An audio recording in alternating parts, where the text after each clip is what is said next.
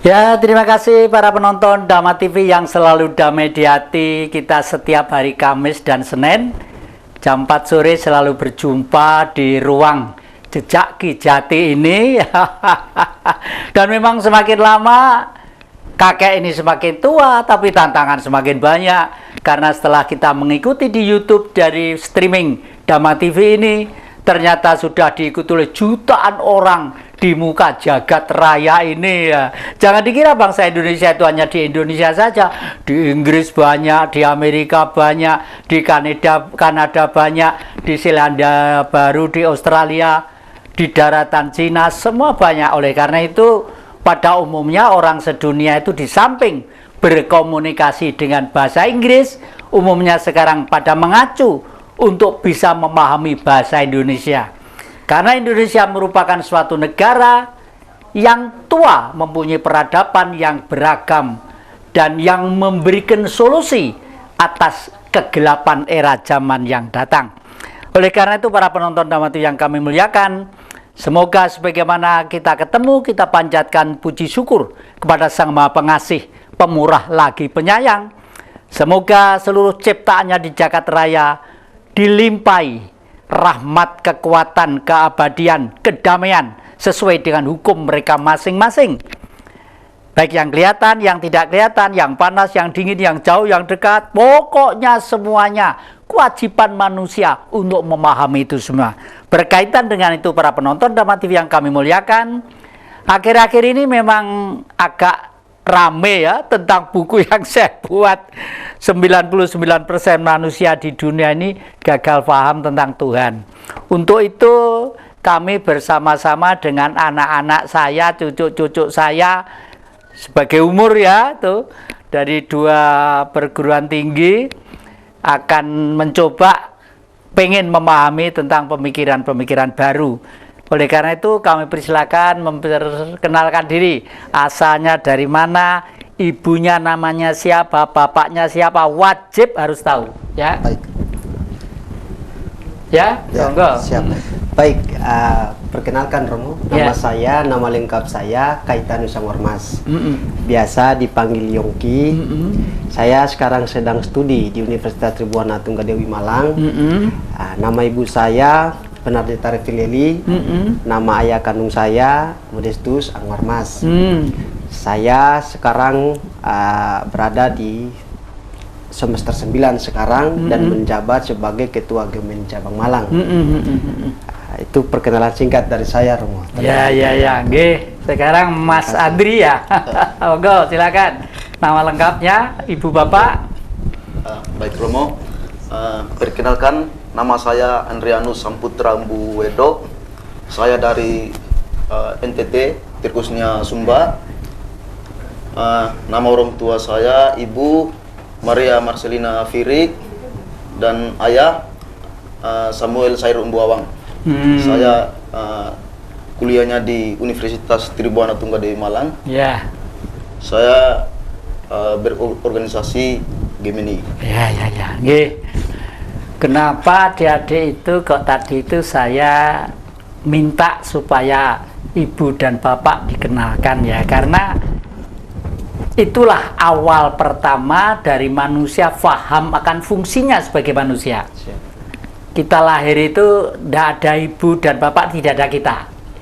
Kalau Allah itu seluruh sekalian alam ya, ya udah dengan konsekuensi prinsip logisnya akan bergelombang sedemikian rupa sehingga menjadi semua bentuk. Nah, dan sini saya kupas semua tentang Tuhan itu, saya kupas secara rasional dan ilmiah. Eranya sekarang era digitalisasi. Kalau nanti sampai anak-anak yang muda-muda ini nasibnya yang akan datang sebagai warga negara Republik Indonesia nasibnya jelek, berarti orang tua yang salah. Nah, oleh karena itu saya mencoba menebus beban dosa saya untuk mengungkap sebenarnya Tuhan itu apa ya. Di sini saya tulis Tuhan itu, di sini saya tulis ya, apa, siapa, di mana, bagaimana, kemana gitu. Satu apa, siapa, di mana, mengapa, bagaimana, ini ya. Ini nanti kita tulis pelan-pelan. dan kita berterima kasih kepada Dhamma TV ini yang betul-betul menghargai pikiran-pikiran yang demi kepentingan kemanusiaan. Ya. Dan Dhamma TV juga sangat memberi peluang kepada yang muda-muda. Silahkan gunakan Dhamma TV untuk berapresiasi demi ilmu pengetahuan, demi kemanusiaan, demi pergaulan, demi negara, bangsa, dan kemanusiaan. Itu ya. Jadi kalau ada apa-apa di samping ke Mbak Gelin tadi itu yang putri itu yang putri yang yang manajer itu bagian sutradara yang mengatur, lalu Mas Dadang itu yang bagian teknis ya, itu penting ya. Karena dunia sekarang itu sudah modern. Komunikasi akan memegang peranan penting ya dalam pergaulan. Di atas HP kita bisa bergaul secara internasional. Dagang pun di situ ternyata bisa, dan adik-adik pasti lebih pintar dari kakek-kakek ini ya. Oke, nah menurut Mas Yongki selama ini apa yang menjadi unek-unek pikiran tentang setelah memahami buku ini? Baik, ya jadi pertama-tama menarik ya Romo, kajian Romo terkait soal 99% manusia itu gagal tentang Tuhan. Ini hal yang luar biasa dan kemungkinan besar banyak yang kemudian menerima kajian ini, dan mungkin banyak juga sebagian yang tidak kemudian menerima kajian ini. Tapi kita ingin membahas bahwa bagaimana pemikiran ini harus larut dalam kebudayaan sebagai identitas. Nah, Tuhan lalu kemudian menjadi transferan umat manusia dalam berkebudayaan, lalu kemudian beragama dan lain sebagainya. Ini kan ada beberapa dampak masalah, misalnya terkait tokoh-tokoh agama yang pada akhir-akhir ini memunculkan ruang-ruang popularitas dengan ruang-ruang agama dan lain sebagainya. Apakah ini salah satu bentuk dari gagal tentang Tuhan atau seperti apa? Ini kira-kira yang harus diberikan pemahaman Romo, sehingga kemudian anak-anak muda nantinya atau generasi bangsa tidak terjebak akan pemikiran-pemikiran yang sifatnya hanya sementara, yang tidak hakiki tentang Tuhan, melainkan harus benar-benar menguatkan keyakinan kita sebagai makhluk yang percaya terhadap Tuhan dan keyakinan kita terhadap identitas budaya. Ini yang harus kita perjelas Romo, sehingga generasi kami atau generasi selanjutnya terus menerus akan bisa mengemban ilmu ini Romo. Mungkin begitu Romo. Nah, ini sebelum saya menjelaskan itu, supaya nanti itu adik-adik itu sambung perasaan dan pikirannya dengan kakek ini, saya tanya dulu ya. Adik-adik itu menganut agama apa, Dik Yongki? Nah, kalau saya secara pribadi keyakinan saya Katolik. Katolik, Dik Andri? Kalau saya secara pribadi keyakinan saya Kristen Protestan. Kristen ya, ini Katolik ini Kristen. Nah, saya bertanya dulu, dijawab seadanya nggak apa-apa ya. Nah, bagaimana pemahaman adik-adik tentang Ibu Maria, wanita suci? Betul. Bagaimana pemahamannya? Jadi Maria kalau dalam ajaran Katolik sebagai perempuan yang dipilih Tuhan, dipilih Allah untuk mengandung putranya yang terkasih Yesus. Nah, dalam tradisi umat Katolik memandang bahwa Maria salah satu perempuan yang tak bercelah, tidak berdosa, yang suci, yang kemudian dipilih rahimnya, dipilih kandungannya untuk kemudian melahirkan juru selamat Yesus. Itu yang diyakini dalam tradisi umat Katolik. Sebagai umat Katolik kita meyakini bahwa Maria sebagai ibu Yesus yang mengandung tanpa noda. Gitu. Sehingga Maria itu dijadikan sebagai penolong atau bahkan sebagai ibu yang harus dijadikan teladan, perempuan yang harus dijadikan teladan oleh perempuan-perempuan lainnya. Nah, dalam konteks keagamaan kita meyakini bahwa Maria adalah ibu Yesus sekaligus dipilih Tuhan untuk melahirkan atau bahkan mengandung juru selamat Yesus Kristus. Ya, oke, bagus. Itu apa ya? Memang sejak dulu diceritakan seperti itu bagus dan memang benar ya, tapi nanti saya akan jelaskan secara budaya ya, sebenarnya apa. Kalau di pandangan orang Kristen bagaimana? Kalau mengenai pandangan orang Kristen itu memang tidak jauh berbeda juga sih dari pandangan orang Katolik. Artinya secara garis besar bahwa Tuhan itu lahir dari Maria, itu diutus langsung dari Tuhan yang Maha Kuasa. Iya. Artinya dia itu memberikan kepercayaan sebagai jalan juru selamat bagi umat manusia. Memang kita berbicara tentang Tuhan, artinya bahwa pandangan orang lain itu kalau Kristen itu, kalau kita berbicara tentang Tuhan, kebiasaannya orang Kristen itu kita bisa panggil juru selamat ini sebagai Tuhan atau terkadang Yesus. Nah, seperti itu. Tetapi dengan pandangannya bahwa Tuhan sama Yesus itu sama. Hanya saja namanya yang agak sedikit berbeda, tetapi untuk mengenai kepercayaan itu tetap sama. Semua benar, ya. Dan semua itu dalam hidup bermasyarakat. Istilah umum disebut hidup berpolitik. Itu mesti ada dialektika. Setiap kurun waktu tertentu ada pula pola pikir yang disesuaikan dengan zaman-zaman tertentu. Ya toh? Karena di Katolik, saya itu KTP Islam ya. Tapi saya pernah dibaptis loh. Pernah dibaptis. Aneh itu ya. Ceritanya begini, ini betul-betul terjadi ini. Saya waktu itu masih SMA kelas 3. Rumah saya di Blitar, di Sultan Agung, rumah Bu Wardoyo, kakak Bung Karno, itu rumah saya di sana. Nah, pagar saya itu mepet dengan gereja Jalan Diponegoro. Terus saya itu jam 3 malam, itu melindur itu mengiau. Dari kamar itu bangun, terus mandi. Mandi itu logikanya orang tidur itu kan sadar lah. Enggak, mandi bersih, saya masih SMA kelas 2. Saya pakai baju bagus, pakai dasi, jalan saya itu. Jalan. Selamat pada waktu itu masih sepi, belum ramai seperti sekarang. Jalan ke Jalan Gede itu, dari kamar saya ke Jalan Gede itu ada 90 meter. Terus saya ke kanan ada perempatan, kira-kira 50 meter, terus ke utara gereja.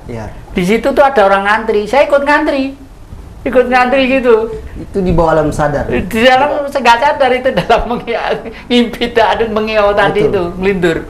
Terus di depan itu ada pastor bawa ini apa? Air berkat. Enggak berkat, terus yang semua kalau deket terus melet, terus dikasih. Apa tuh namanya? Komuni ya? Betul, komuni ya. Osti ya, itu. Saya juga ikut melet gini. Saya pulang sampai perempatan tadi baru sadar lagi, loh saya tadi ngapain gitu. Gitu ya. Padahal saya ke Mekah 2 kali ya, 2 kali, tapi akhir-akhir ini aja, belum dulu ya. Nah, tadi oleh karena itu kesimpulannya bahwa yang membuat seseorang yakin terhadap agama, apapun agamanya, apapun keyakinannya, yang yakin itu adalah jiwanya, spiritnya, karakternya, wataknya. Adik-adik kebetulan lahir aja di sana menjadi orang Kristen dan Katolik. Ada kata lahir di Aceh, mungkin jadi orang Islam ya. Lahir di Cina mungkin jadi orang Konghucu gitu ya. Dan itu tidak perlu diperdebatkan. Inilah keindahan. Dan di dalam firman Tuhan sudah disabdakan bahwa hai manusia, engkau kuciptakan berlainan untuk saling kenal, ya toh, saling kenal, tidak saling tarung dan saling jotos. Oleh karena itu, inilah tugas kita untuk menjadi Tuhan Yesus. Artinya perwujudan istilahnya ini Tuhan itu sendiri. Nah, sekarang saya ceritakan secara rasional. Apa sih sebenarnya Tuhan itu? Bukan sosok tubuh, bukan membuat bumi, bukan membuat ini, bukan ya. Jadi konsekuensi logis dari gerejet kemahaannya. Di sini dulu, nanti lanjutkan lah. Para penonton, jangan kemana-mana. Masih di depan Dhamma TV yang selalu damai di hati. Ya, terima kasih para penonton Dhamma TV yang selalu damai di hati. Anda masih setia ya di depan Jejak Kijati. Dan terima kasih Anda selalu jawil. Teman-teman kesana kemari. Teman saya di Kertosono, di Nganjuk, di Trenggalek, di kemarin pada telepon laporan gitu ya. Romo diteruskan loh itu yang upasan, yo jangan khawatir, saya bilang gitu ya. Nah, jadi oleh karena itu digambarkan kenapa kita sosokkan sebagai perwujudan Tuhan itu adalah benda. Maaf ya, maaf. Saya pakai istilah benda. Kenapa? Karena berbentuk mampat, berbentuk dat tapi suci ya, mampat ya. Jadi tidak sosok membuat punya tangan, punya mata, enggak seperti itu. Enggak seperti itu. Jadi satu mampat dat suci. Oleh karena itu antara Allah, alam dan manusia harus paham. Kalau Allah seru sekalian alam atau Allah. Apa itu? Matahari, rembulan, planet-planet, meteor-meteor yang berserakan itu ya. Itu dan sebagainya lah. Oleh karena itu beliau itu asalnya dari mana semuanya itu? Dari mampat tadi itu. Dulu di Dhamma TV selalu saya terangkan, mampat hidup itu hukumnya mesti ada plus ada minus. Seperti listrik. Ada plus ada minus. Itu baru hidup. Kalau plus saja tidak hidup, minus saja tidak hidup. Oleh karena itu semula dulu hanya angkasa saja ya. Angkasa. Tapi karena angkasa itu isinya adalah hidup plus dan minus yang masih konstan. Di sana ada matahari, di sana ada matahari, terus bergelombang toh. Bergelombang begini, setelah bergelombang gesekan plus minus gesekan lop dahur. Nah, itu yang disebut Big Bang ya. Tanah dan air berputar-putar di udara, dibakar api yang membara. Lalu akhirnya tanah nanti menjadi daging, air menjadi tulang, udara kita hirup, api menjadi darah. Itu belum hidup, masih berbentuk kumpulan dari material, yang nanti itu persenyawaannya mempunyai aksi sendiri-sendiri. Menjadi hidup setelah mendapat sinar matahari. Gitu. Kata matahari itu isinya adalah roh suci. Roh suci. Matahari itu dingin loh, Dek. Belum pernah membuktikan? Belum itu. Berarti belum pernah naik gunung ya. Coba kalau naik gunung semakin tinggi dingin. Jam 12 tuh begini dingin. Padahal dekat dengan matahari. Iya. Kalau di bawah kok panas karena gravitasi magma ya. Itu. Jadi oleh karena itu saya sebut apa itu kenapa? Ya beliau itu tadi itu mampat suci. Ya. Suci itu bersih, nggak bisa rusak. Oleh karena itu bisa kalau mati harus kembali menjadi suci. Betul. Debu saja tidak nempel. Debu satu aja tidak nempel. Kalau debu satu nempel masih kotor. Betul. Tapi kalau suci itu ya suci, ya nol, zero suci. Nah, jadi kalau hidup itu koruptor, menghabiskan uang negara, macam-macam ini, macam-macam menyusahkan orang lain, itu berarti mengotori dirinya sendiri. Gitu lah. Nanti akhirnya kalau sudah mati, itu sukma itu masih terikat oleh pikiran, ya. Oleh pikiran sehingga tidak nul, tidak ikhlas gitu, tidak ikhlas. Oleh karena itu syaratnya harus disalib. Betul. Saya yakin ada yang belum tahu artinya salib ya. Nah, salib itu kan begini ya. Ini salib. Ini misalnya ini titik tengah. Betul. Indri itu ya. Ini agak pendek. Ini agak panjang, ini agak panjang, yang ke bawah ke panjang. Betul. Ya.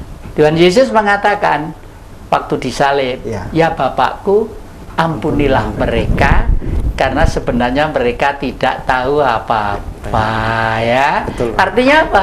Setelah manusia hidup bergelombang, itu hukumnya umumnya tidak sadar kalau dia harus kembali suci karena pengaruh lingkungan, golongan dan lain sebagainya. Yang dimaksud itu. Betul.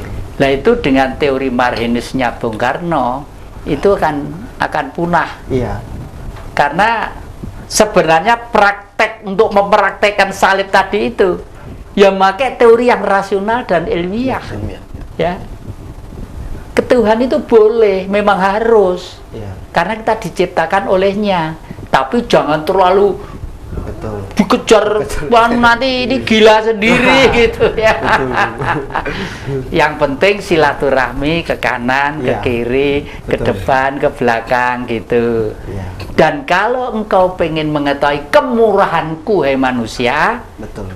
kemurahan Allah, Betul. ya alam ini, ya toh? Betul. Wujud kasih dari Lah, wujud kasihnya ya alam ini. Betul. Makanya adik-adik game ini harus memelopori tentang peradaban mencintai tentang alam ya. Siap. Seperti peristiwa Jakarta. Peristiwa Jakarta itu peristiwa, waduh, begitu masuk tahun baru. Betul. Padahal sebelum Iya, tahun baru itu doanya seluruh dunia, Iya. Indonesia tuh ya semoga tahun baru semua nanti Ya, hidupnya bahagia, sejahtera, damai betul. segala macam. Iya, Romo. Betul. Doanya seperti itu. Lah kok dikirim banjir Banjir. seperti itu. Iya, Romo. Jadi doa penting, tapi lebih penting lagi kalau melaksanakan intinya doa tadi iya. itu ya. Jadi ya kesalahannya apa? Ya bagaimanapun kalau menebang pohon Iya. tidak pakai aturan, ya udah lama-lama tanah itu tidak ada yang mengikat ya. Iya. Pohon itu punya akar mengikat ya. Betul. Lalu jangan seperti pendapat apa yang sekarang ramai di Jakarta itu. Tanah itu begitu hujan itu kalau turun ya langsung diterima masuk ke tanah. Iya, katanya melawan Judan Allah kalau gitu. Iya, kalau dialirkan ke laut, Nah. itu melawan Judan Allah. Apa Nah, itu iya. betul, Rom? Jadi lupa bahwa air hujan itu kiriman dari laut, Iya. oleh karena itu kembali ke laut. Ke laut ya. Malah yang tahu Pak Gesang, penyanyi Bengawan Solo. Iya, Rom, betul. Bengawan Lebih Solo, riwayatmu ini Betul. akhirnya mengalir sampai ke laut, Ke ya laut. toh itu. Jadi dan ini kalau saya cermati, saya kan 15 tahun hidup di Jakarta ya, karena orang-orang kaya itu umumnya itu ambisi untuk meletakkan diri dan keluarganya itu terlalu berlebih-lebihan. Betul. Boleh kaya dan adik-adik harus menjadi orang kaya. Betul. Karena di Indonesia itu adalah surga dunia ya. Dan ini kuncinya diinjil loh. Diinjil loh ya. Ya. Saya meskipun orang Islam paham loh itu ya. Iya. Di Injil, di Alkitab itu ada surat yang mengatakan tentang kehebatan Laut Selatan. Di sana ada seorang ratu yang menguasai di sana, the Queen of the South Sea ya. Seorang ratu di samudra besar di timur, di selatan ya. Betul. Queen of the South Sea itu di Injil ada gitu. Kenapa kok di Injil sampai mengatakan seperti itu? Karena orang Barat paham kalau orang Jawa, maaf bukan sukuisme ya, orang Jawa itu sebenarnya adalah orang yang komponen jasmaninya itu sudah tersusun sedemikian rupa sehingga emosional dan spiritnya itu selalu berkonsultasi dengan kebenaran hati ya toh? Bukan pikiran, hati ya. Hati. Oleh karena itu kita itu punya kewajiban, orang Jawa itu memayu hayu ing bawono, membuat perdamaian dunia.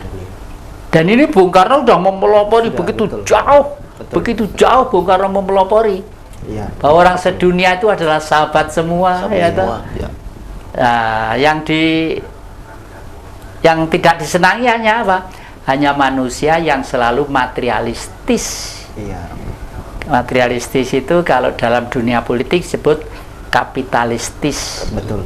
Atau orang-orang yang ateis, orang-orang yang sama sekali tidak percaya dengan gaib. Gaib. Lalu menjadi orang komunis itu sudah sosialis sebenarnya. Betul. Tapi karena sudah komune itu kan kumpulan. Kumpulan. Iya. Untuk menuju supaya manusia sejahtera. Sejahtera. Tapi karena kumpulan itu sudah berbentuk negara ya, berbentuk negara, lalu negara itu lama-kelamaan punya saingan, Betul. dia akhirnya harus memperkuat dirinya. Akhirnya membentuk militer juga yang semakin kuat, ya toh? Betul, ya. Nah, militer, kapitalis militer ini militer ya, perang-perangan, ya toh? betul. Bahkan sekarang ini kita baca di Iran apa Irak itu yang kemarin itu. Iran Amerika. Iya, Iran sudah mampu membuat rudal, waduh yang hebat Luar biasa. banget itu ya. Ya udahlah, Jadi saya yakin meskipun apa yang akan terjadi, bahwa manusia-manusia ini nanti harus tetap sadar bahwa dirinya itu adalah sosok tubuh yang harus menjadi Tuhan Yesus tadi itu. Betul. Meskipun tidak beragama Katolik ataupun beragama Kristen. Ya toh. Nah, kira-kira ada benak-benak pikiran apa yang adik-adik di zaman akhir-akhir ini yang perlu dipecahkan? Ya, Iya, betul Romo. Jadi yang menarik dari penyampaian Romo itu adalah soal bagaimana antara Tuhan, semesta, dan manusia. Itu menarik. Kenapa? Karena kebanyakan manusia yang terjebak dengan kebenaran ilmu pengetahuannya, lalu kemudian seolah-olah dengan ilmu pengetahuan itu ingin mencari titik kebenaran tentang Tuhan yang hakiki. Padahal kita ini diciptakan dengan keterbatasan. Nah, oleh sebab itu maka muncullah kesombongan, keserakaan, eksploitasi karena ilmu pengetahuan yang kemudian digunakan tanpa kemudian dipikir tentang nurani dan lain segala macam. Nah, oleh sebab itu ini Romo, ya, yang ingin saya tanyakan adalah apakah sebab tentang bagaimana manusia itu gagal 99% itu terkait dengan kajian Romo. Ini dilihat dari situasi-situasi apa Romo, sehingga itu kemudian memberikan pencerahan bagi kita bahwa semestinya kita gagal karena ini, gagal bertuhan ya maksudnya Romo. Nah, lalu kemudian bagaimana cara kita bisa kemudian memulihkan itu sehingga menjadi makhluk insani yang benar-benar percaya bahwa ini loh kebenaran hakiki itu Tuhan, bukan ilmu pengetahuan. Sehingga ini selaras dengan apa yang kemudian menjadi karya Tuhan dan karya manusia. Begitu. Itu sebenarnya jawabannya sudah ada yang di kalung sampean. Sekarang betul. saya tanya, itu gambar Gemini ya? Gemini, ya. Kenapa itu apa? Sama jelas deh anunya apa Ya, itu? Gemini. Jadi bintang, lambang bintang ini itu menunjukkan tentang cita-cita. Kemudian perisai 3 di atas ini menunjukkan Trisaktinya Bung Karno. Di bawah Tridharma perguruan tinggi, perisai di bawah. Banteng kenapa harus ke kiri? Karena dia bentuk perlawanan. Makanya orang Gemini kalau teriakan merdeka harus kiri. Karena sejatinya belum merdeka yang sesungguhnya. Merdeka yang diantarkan oleh sang proklamator dan tokoh-tokoh bangsa itu baru hanya melawan penjajah. Tapi kemerdekaan sesungguhnya yang kita rasa belum, masih ditindas sama. Makanya Bung Karno dari dulu sudah memprediksikan bahwa perjuangan saya tidak seberapa dengan perjuangan, karena kamu akan melawan bangsa sendiri. Ini bukti nyatanya begini. Sehingga bentuk banteng ke kiri itu bentuk perlawanan. Gemini akan selalu ada membekap rakyat kecil ketika kebijakan-kebijakan tidak pro rakyat. Kita sinyalitas dengan pemerintah apabila ada kebijakan sudah pro, tapi jangan salahkan kita kalau kita turun ke jalan untuk memberikan ketidakadilan. Itu jadi bentuk perlawanan. Nah, lalu gambar lingkaran ini bentuk keteguhan, penyatuan. Warna hitam ya keteguhan, warna merah berani, warna putih ini suci. Suci, ya. Oke, bagus. Cuma sekarang ada pertanyaan satu lagi pada Andri. Kenapa kok banteng, kok ndak badak, buaya, ular atau yang lainnya? Baik. Ini memang kalau menurut saya sangat tertarik sekali Pak Robo. Dengan seperti ini, mengapa ada banteng pada lambang seperti ini? Karena banteng ini merupakan bentuk keteguhan. Persoalan apapun yang ada di depannya banteng itu, dia akan tetap terus lawan. Makanya bentuk dari banteng ini merupakan suatu keteguhan karena apapun tantangan yang dihadapinya, dia tidak pernah untuk merasa mundur. Dia akan terus untuk berjuang, untuk terus bertarung seperti itu. Oke. Itu sebagai anak muda bagus jawaban seperti itu. Tapi secara historis ya, termasuk perisai di Garuda Pancasila itu kan juga banteng juga ya. Itu menggambar itu tidak ngawur loh itu. Itu tidak ngawur, ada maksudnya karena manusia pada waktu belum ada ilmu pengetahuan pergaulan mencari ke pergaulan politik secara seperti zaman modern, Dulu hidup tuh yang ditiru kan binatang. Ya toh, yang ditiru binatang. Ada kalau orang India di sana gajah merupakan lambang yang bagus, ya toh. Lalu pokoknya macam-macam lah ya. Lah, antara lain kita banteng karena apa? Memang banteng itu umumnya hidup di Pulau Jawa yang banyak ya. Dan hidupnya itu sangat rukun sekali, Himpunannya itu di Alas Purwosana, kalau ada adik pengen tahu, di Alas Purwosana himpunannya itu rukun sekali ya. Sampai di sini dulu ya, nanti dilanjutkan ya.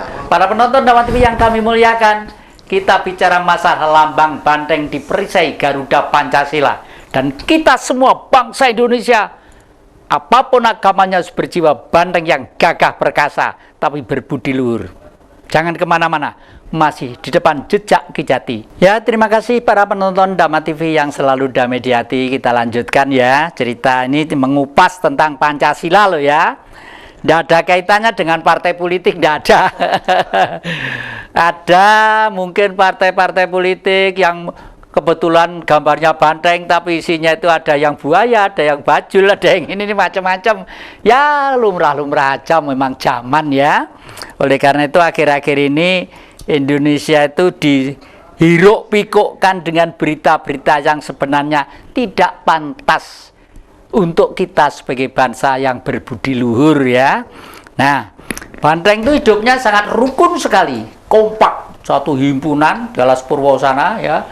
Induk, pedet-pedet yang kecil-kecil, pemuda-pemuda jadi satu. Kalau sudah jam 5 pagi turun ke padang rumput bareng-bareng gitu, jam 5 pagi. Itu dijaga oleh satgasnya, jaga di depan itu, yang muda-muda jaga di depan, kiri, samping, lalu belakang. Gitu, waduh. Itu kalau ada harimau yang mendekat, dia lebih baik mengorbankan dirinya. Pemuda harus begitu. Kalau bangsa ini sampai tercoreng, sampai kondisi lemah dan seperti semangat GMNI tadi, harus begitu, harus tampil proaktif istilahnya. Jadi istilah Bung Karno itu progresif revolusioner. Tapi revolusioner itu tidak rusak-rusakan loh ya, tidak hancur-hancuran, tidak bakar-bakaran, itu nggak revolusioner itu malah reaksioner. Kalau revolusioner itu penjebolan dan pembangunan. Dijebol yang tidak patut dan dibangun yang patut. Harus dialektikanya itu menuju kebaikan, kesempurnaan terus menerus gitu ya. Dan kalau sudah tua ya, itu banteng itu malu. Hidup di lingkungan itu malu. Sudah membuat keturunan banyak, masih makan rumput terus lah, yang cucu-cucunya nanti kebahagiaan apa gitu ya. Ini makanya dia kalau sudah tua keluar dari himpunan itu mencari jalan kematian yang sempurna. Itulah ya. Makanya manusia Indonesia perisai Garuda Pancasila itu diberi banteng itu supaya meniru kelakuannya itu ya. Kelakuannya itu. Apalagi kalau sudah sebagai warga negara harus duwe kedudukan. Enak ya.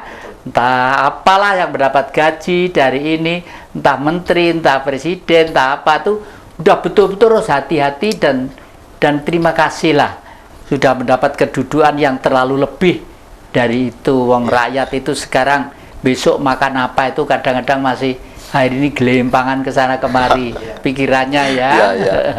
Itu ya. Makanya kalau udah tua mencari himpunan. Dan di Alas Purwosana jauh keluar itu ada tulang-tulang bekas banteng yang ngumpul jadi satu. Jadi mereka deprok di situ udah menunggu nyawa ini pisah, mati. Nah, saya waktu itu kan masih muda itu seneng menjelajah, membuktikan. Begitu saya di itu kok ada lambangnya banteng, udah saya ke tempat banteng menjelajah sampai saya menemukan satu tengkoraknya masih utuh, sungunya utuh, ininya tengkoraknya, kepalanya utuh, saya pasang di depan rumah itu. Itu dari Alas Purwo itu. Waduh, bangga saya itu ya. Muda saya itu nuakal, keluyuran aja pekerjaan saya itu ya. Itu nggih. Nah, ini apa? Adik-adik selama menjadi seorang mahasiswa dulu pelajar ya. Betul. Ya. Apa kira-kira teori-teori atau dasar-dasar pendidikan di negara kita itu sudah memenuhi syarat untuk membentuk manusia yang cerdas, bijak, atau masih mungkin perlu peninjauan kembali? Betul. Ya. Jadi terkait soal pendidikan, saya pernah sampaikan bahwa terkait pendidikan itu tidak hanya sesuai pendidikan formal, karena kadang-kala pendidikan formal itu kadang-kala kaku. Hanya mencetak kita sebagai kader-kader itu menjadi budak-budak yang baru, apalagi di era industri semakin modern dan lain sebagainya. Padahal yang dimaksud oleh Ki Hajar Dewantoro misalnya, yaitu pendidikan itu harus memanusiakan manusia. Bagaimana lewat jalan pendidikan ini manusia bisa dicetak sebagai manusia, bukan sebagai pengikut dan lain sebagainya. Nah di dalam pendidikan itu harus ada pendidikan ekstrakurikuler yang artinya di luar daripada itu juga non formal yang kiranya kemudian bisa membahas soal perspektif kebangsaan. Karena yang terjadi Romo, kita itu ternyata mengalami kekurangan pemahaman kebangsaan. Itu yang sangat kita rasakan dalam situasi kampus, sehingga gampang disusupi dengan ideologi-ideologi yang mohon maaf yang tidak sesuai dengan Pancasila. Mahasiswa pun di kampus saya di Unitri ada sebagian yang terkena dampak itu. Kenapa? Karena kekuatan nilai-nilai kebangsaannya itu tidak ada. Nah, hampir sebagian besar kampus seperti itu. Oleh sebab itu dibutuhkan bagi pemerintah supaya kemudian bisa membuat atau membantu mahasiswa ataupun para guru seperti Romo dan lain sebagainya itu di luar pendidikan formal ya, non formal artinya, supaya membuat pendidikan yang membentuk karakter kita sebagai kebangsaan, jiwa kebangsaan itu harus dimunculkan kembali. Karena kita akan berhadapan dengan situasi era yang kolonial, globalisasi yang semakin kencang. Nah ini akan khawatir saya kita akan lemah, kehilangan identitas sebagai bangsa yang kuat, sebagai bangsa yang besar sesuai yang disampaikan oleh para pendahulu kita. Mungkin itu. Nah, terima kasih para penonton Dama TV yang selalu damai di hati. Ini dari anak cucu kita loh ya, luapan hati yang disampaikan kepada siapa aja yang mendengarkan. Syukur kalau Dama TV ini selalu dicermati oleh para ilmuwan perguruan tinggi, oleh pejabat-pejabat, dicermati karena Dama TV itu selalu ada bauan kritik, ada kritik yang membangun ya, tidak hanya sekedar kritik. Jadi yang dimaksud oleh Ananda Yongki tadi itu supaya mencetak manusia-manusia yang cerdas, bijak dan paham, terutama memperkokoh tentang nasionalisme. Negara membiayai perguruan tinggi itu besar banget. Negeri itu dibiayai oleh negara berapa triliun untuk itu, untuk mencetak anak-anak bangsa itu supaya pinter. Jangan perguruan tinggi malah diduduki orang-orang kelihatannya gelarnya itu profesor, doktor, tapi masih berpikiran menguntungkan negara lain. Maaf, Pak, saya pakai istilah menguntungkan negara lain. Karena apa? Karena kalau sudah manusia di Indonesia itu sudah pikirannya hanya satu, untuk membuang duit keluar, dan itu keliru, dan itu salah. Yang salah adalah ilmuwan-ilmuwan.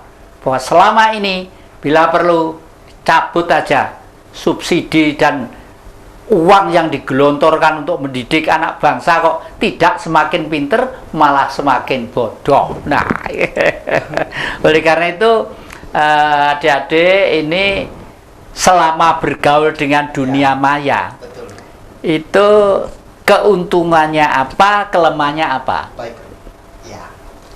Satu hal yang kita hadapi dalam dunia maya atau katakan orang-orang medsos lah ya, media sosial. Nah, kita ternyata itu gampang sekali dipengaruhi oleh media sosial. Karena apa? Kita ternyata belum siap menerima itu sebenarnya. Kenapa belum siap? Berbeda, karena kita tidak mempergunakan media sosial ini untuk ke ruang edukasi, masih ke ruang-ruang privat, keuntungan, bukan ke edukasinya, ke pendidikan. Berbeda dengan Malaysia misalnya. Malaysia itu milenialnya dipergunakan bagus, bahkan untuk menyadarkan anak bangsa. Upin dan Ipin itu sebagai perwakilan anak generasi bangsa yang disadarkan bahwa di sana ada ras-ras yang berbeda. Diperankan Lamemei dari ras Cina, Tajrid dari ras India, Susanti dari ras Indonesia, luar biasa. Artinya sudah di ruang-ruang itu. Nah kita ini terjebak dengan media sosial yang masih hanya dalam notabene, mohon maaf Romo, kita ini konsumtif. Tidak kemudian memberikan sesuatu yang produktif bagi anak bangsa. Bahkan inilah yang kita hadapi, tantangan-tantangan yang semakin besar, semakin sulit dalam era globalisasi, khususnya di media sosial. Karena hidup di media sosial ini kata orang lebih baik kan dibandingkan hidup dunia fana dan dunia akhirat. Itu orang tidak pikirkan itu lagi.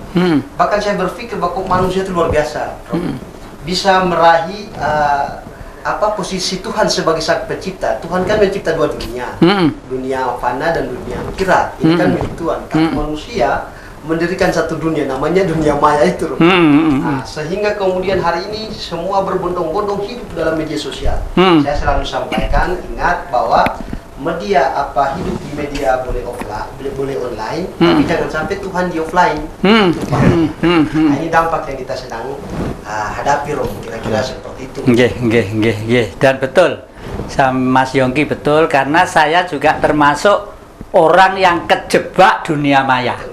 Ya betul tuh. Saya itu tidur, itu kalau HP belum ketemu, nggak bisa tidur, cowari HP saya taruh di mana, makanya saya punya dua itu, yang satu ngebel andai kata keteleset di mana-mana gitu. Kenapa saya tidur kok nggak bisa pisah dari itu ya? Ini kita lanjutkan ya, bahwa saya pun orang tua itu kejebak oleh per-HP-an. Jangan kemana-mana, masih di depan jejak Ki Jati. Ya, terima kasih para penonton Dhamma TV yang selalu damai di hati ya. Kenapa ke orang seperti saya itu kejebak juga? Saya secara jujur ya, mungkin mudah-mudahan orang tua yang lainnya janganlah ya. Saya kalau sebelum tidur itu kalau HP belum ketemu, tidak saya taruh di depan, di sebelah tidur kepala saya, di agak jarak berapa puluh senti gitu ya, karena jangan dekat-dekat loh ya. Kalau dekat-dekat tuh nanti getaran HP itu mempengaruhi simpul saraf otak. Simpul saraf otak itu lembut sekali dan itu ada getaran-getaran listrik yang sangat kuat. Nanti jangan-jangan ini bisa error menjadi stroke. Saya agak jauh, tapi kalau belum dekat itu tidak puas. Karena apa? Kalau sudah begitu saya mesti buka, pengen komunikasi dengan teman-teman yang lama, pengen teman-teman. Lama-kelamaan itu saya hampir setiap hari tidur itu kalau nggak jam 3 malam itu belum tidur. Ini kan berarti merusak tubuh saya ya, merusak jiwa saya ya. Makanya pada siangnya saya harus begini. Dan ini saya lihat juga pada anak cucu saya, semua itu pelan-pelan sudah mulai terjebak oleh itu juga. Oleh karena itu saya ingatkan Bapak Ibu dan adik-adik dan cucu-cucu anak-anak ya, bagaimanapun sampai dunia kapanpun manusia itu tetap manusia. Ada angan-angan, ada pikiran, ada jiwa, ada rasa, punya perut ya, pengen memenuhi kebutuhan sesuai dengan era dan zamannya. Tapi kalau pikiran sebagai alatnya Tuhan yang sudah kejebak satu permasalahan yang tidak ada gunanya, dua dampaknya. Satu, pikiran itu semakin kacau dan semakin tidak tenang ya. Kedua kali, fisik ini lama-lama menjadi rusak. Padahal fisik ini adalah kereta yang dinaiki oleh Tuhan itu sendiri, yang tidak jauh dari urat leher kita ya. Oleh karena itu di dalam buku ini, kalau bisa kita itu menyadari bahwa Tuhan itu bersinar di otak kita. Oleh karena itu, karena Tuhan itu bersinar di dalam otak kita, hidup kita juga harus sebagaimana sifat Tuhan itu sendiri. Waduh, kok sombong sih Pak Jati ini, mau menungso hidup seperti sifat Tuhan. Nah, ini berarti Anda belum memahami agama ya. Agama itu selalu membedakan karena Allah dan Tuhan. Betul, ya. Asyhadu alla ilaha illallah wa asyhadu anna Muhammad Rasulullah. Ya, oleh karena itu kita diberi alat komunikasi namanya Nur Muhammad. Karo orang Islam, karo orang Nasrani namanya Kristus atau Yesus ya. Yesus itu kita, tubuh kita. Ya. Tapi sinarnya itu Kristus, sinar suci lah. Kalau sudah sadar tentang itu, ya udah, kita itu tidak ada yang kita salahkan. Tuhan itu di dalam ciptaannya tidak mungkin keliru. Tuhan menciptakan kok keliru? Nggak ada itu ya. Misalnya fenomena tentang di Purworejo ya, yang kemarin menjadi heboh ya. Kenapa kok mesti harus ada seperti itu ya toh? Itu sekarang menggegerkan, meskipun sekarang itu secara hukum perdata pidana sudah menjadi urusan negara dan sudah ditangani juga. Tapi permasalahannya secara budaya dan spiritual, kenapa kok mesti harus ada seperti itu? Ya toh? Nah, berarti kita itu harus mawas diri. Apa sebenarnya yang belum kita lakukan sebagai manusia pemilik bangsa ini? Dia satu, merasa menjadi raja dunia, ya.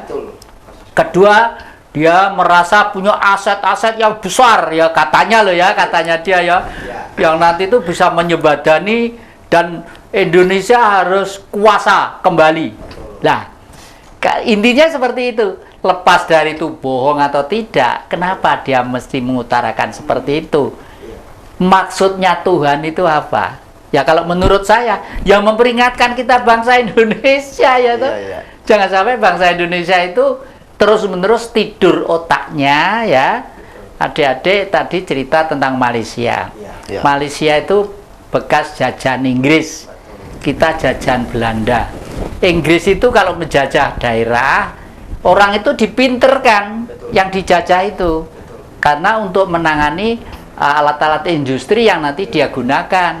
Tapi kalau dijajah Belanda, waduh, udah dimuakan mulai dari waduh, sudah dimakan tambangnya, dimakan ininya, dan otaknya dibodohkan. Jadikan alat, inilah Bung Karno bangkit kembali untuk membangkitkan bangsa ini supaya hidup yang gagah perkasa, progresif, revolusioner untuk kita, gitu ya. Intinya seperti itu. Nah, ada waktu sisa, adik-adik, monggo, Dek Andri dulu, kira-kira ada harapan-harapan apa yang diharapkan untuk memasuki era yang semakin lama semakin membingungkan ini? Ya, dengan kita berdiskusi seperti ini, Romo, saya secara pribadi sangat luar biasa. Artinya dengan momen-momen atau hal-hal seperti ini menambah wawasan kita bagaimana pemahaman kita ke depannya. Sekarang kita berpikir ini kan sudah di era revolusi 4.0 ya. Kira-kira apa sih yang menjadi kendala, apa yang menjadi tantangan-tantangan kita ke depan? Nah, dengan adanya momen-momen seperti ini, seperti kita berdiskusi seperti ini, artinya kita itu menambah pemahaman. Kira-kira pandangan kita kepada Tuhan ke depannya itu seperti apa? Jangan sampai kita sebagai orang Indonesia, Bung Karno sudah menyetuskan bahwa Pancasila sebagai ideologi negara. Kita mempercayai bahwa ketuhanan yang Maha Esa.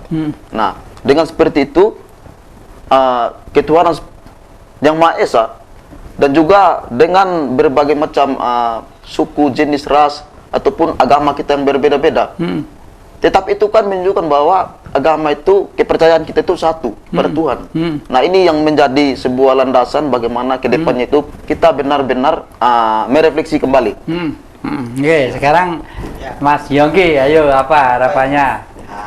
Tidak mengulang kata ya, saya sampaikan kembali kepada umumnya semua bahwa pada dasarnya, pada prinsipnya, sekali lagi, karena Bung Karno itu sudah tahu Indonesia ke depan seperti apa, sehingga dia sudah menyebutkan bahwa perjuangan kita akan semakin berat.